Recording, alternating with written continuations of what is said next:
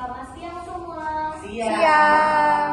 Terima kasih atas waktu dan kehadiran teman-teman pada siang hari ini. Pada kesempatan kali ini, kami akan mempresentasikan hasil dari diskusi kelompok kami yang berjudul kutipan langsung dan tidak langsung dalam karya tulis ilmiah. Anggota kelompok kami yaitu pertama ada saya sendiri, Keisha Farsasabila sebagai moderator. Saya Francisca Wilhelmina. Saya Teresia Wilhelmina. Saya Wilhelmina Berjele. Saya Florentius. Saya Senisa Sevi. Agenda kegiatan kita pada siang hari ini yaitu pertama ada pembukaan, kedua pemaparan materi untuk pemahaman lebih, ketiga sesi tanya jawab, dan yang terakhir penutup. Latar belakang dan PPT kami yaitu penulisan ilmiah membutuhkan referensi yang valid, kedua pengutipan mencegah plagiarisme, ketiga banyak kesalahan umum dalam penulisan kutipan, dan yang terakhir perlu pemahaman cara mengutip yang benar. Selanjutnya itu ada dua kutipan. Yang pertama ada sebagai penunjang fakta dan argumentasi yang terdapat pada suatu tulisan. Yang kedua menambah penjelasan atas suatu rumusan masalah yang hendak diselesaikan. Yang ketiga ada menetralisir masalah plagiarisme. Yang keempat membantu pembaca agar jauh lebih memahami isi materi atau tulisan. Yang kelima mencegah pengulangan data pustaka. Dan yang keenam menunjukkan kualitas dan kecermatan ilmiah yang lebih tinggi.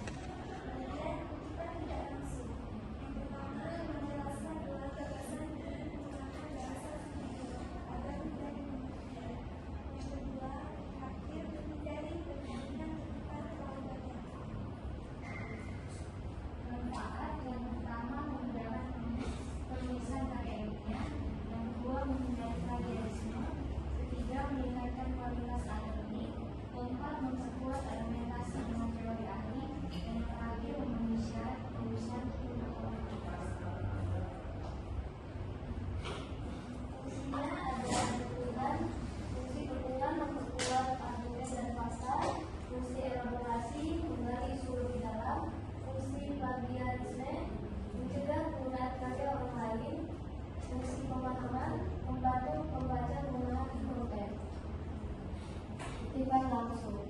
Kutipan yang ditulis apa adanya sesuai sumber asli tanpa perubahan kata maupun struktur. Ciri dan aturan kutipan langsung. Yang pertama ada kesesuaian. Kutipan harus sesuai dengan sumber aslinya. Halaman mencantumkan nomor halaman dari kutipan dan ada panjang kurang dari 40 kata menggunakan tanda kutip. Contoh kutipan langsung pendek. Belajar adalah proses perubahan tingkah laku sebagai hasil pengalaman. Slametro 2017-34. Contoh kutipan langsung yang diambil dari bawah satu kata. Memperolehkan bahasa pertama adalah segala kegiatan seseorang dalam rangka menguasai bahasa ibu. Sedangkan memperolehkan bahasa ibu adalah proses yang disadari atau tidak disadari dalam rangka menguasai bahasa kedua setelah seseorang bahasa ibunya. Selanjutnya ada contoh kutipan langsung yang diambil lebih dari 40 kata sehubungan dengan hal tersebut. Kegiatan menulis dijelaskan sebagai berikut. Menulis merupakan keterampilan berbahasa aktif, kemampuan mengucap seseorang untuk dikatakan terampil berbahasa. Menulis merupakan keterampilan yang sangat kompleks.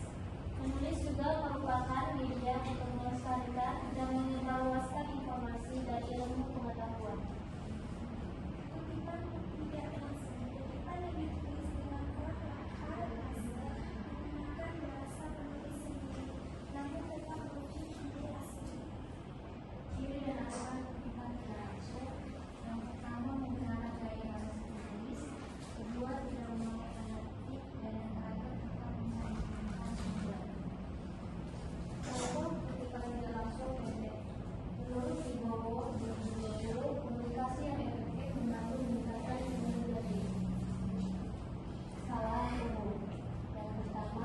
tidak mencantumkan sumber.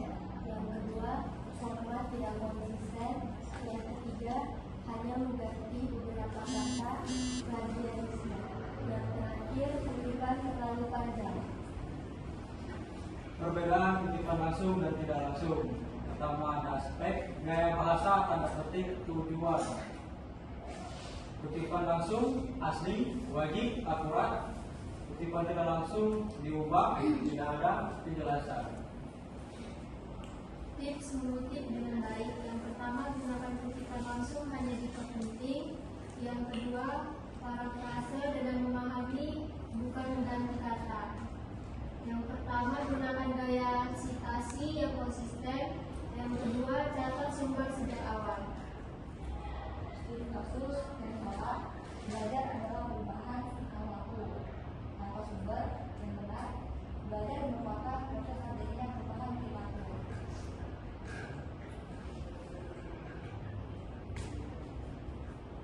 Penggunaan kutipan di lingkungan kampus. Yang pertama itu adalah untuk mahasiswa.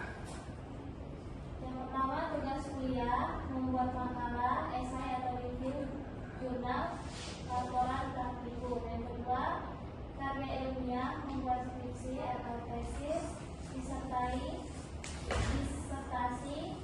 proposal penelitian, dan artikel jurnal. Yang kedua, untuk dosen, artikel jurnal, buku ajar, laporan penelitian, dan bahan mengajar. Praktik parafrase. Teks asli media pembelajaran dapat meningkatkan motivasi belajar siswa. Praktik parafrase dengan media pembelajaran akan menambah semangat siswa dalam proses belajar. Alasan, dia tetap sama, bahasa diubah. Praktik parafrase yang salah. Teks asli media pembelajaran dapat meningkatkan motivasi belajar siswa. Parafrase salah, media pembelajaran bisa meningkatkan motivasi belajar para siswa. Hanya mengubah beberapa kata, plagiarisme tersebut. Kesimpulan, kutipan langsung digunakan untuk menjamin kebenaran sumber apa adanya karena dianggap penting atau khas. Sedangkan kutipan tidak langsung digunakan klarifikasi sumber dengan bahasa pendek sendiri. Keduanya harus disertai sumber yang jelas agar terhindar dari plagiarisme dan meningkatkan kredibilitas karya ilmiah. Sekian presentasi dari kelompok kami. Apakah ada yang ingin bertanya?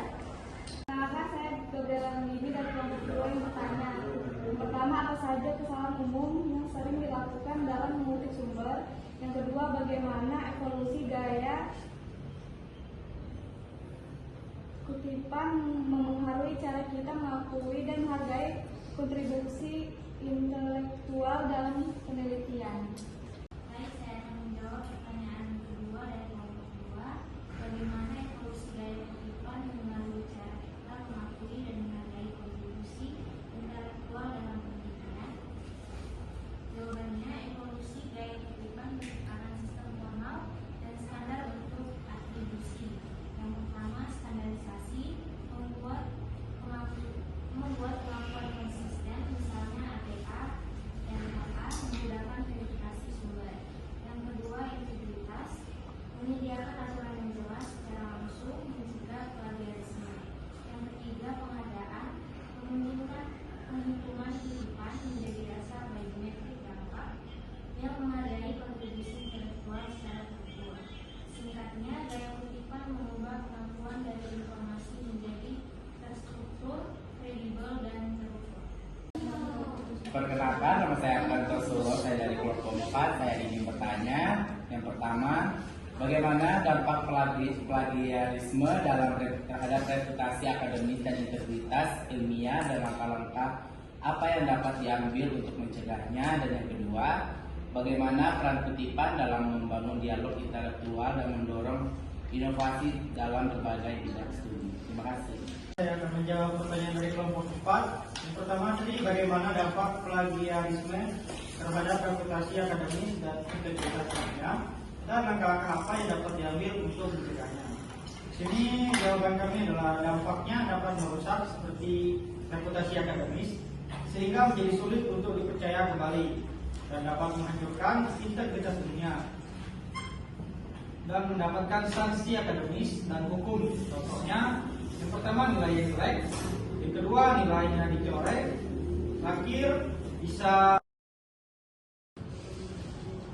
Oke, baik. Perkenalkan, nama saya Andriano Suka, saya dari kelompok 1. Saya ingin bertanya, bagaimana cara mengutip kutipan langsung maupun tidak langsung yang baik dan benar pada suatu jurnal ataupun sumber-sumber lain seperti buku ataupun skripsi orang lain. Baik, saya akan menjawab pertanyaan dari kelompok 1. Itu bagaimana cara mengutip yang baik dan benar pada suatu jurnal atau sumber. Caranya mencantumkan sumber secara akurat dalam teks dalam pustaka, mengikuti gaya citasi seperti apa Harvard dengan format nama belakang penulis tahun atau narasi nama belakang penulis tahun. Menambahkan nomor halaman jika kutipan langsung dan memastikan referensi jurnal asli atau primer. Bagaimana jawabannya? Apakah puas?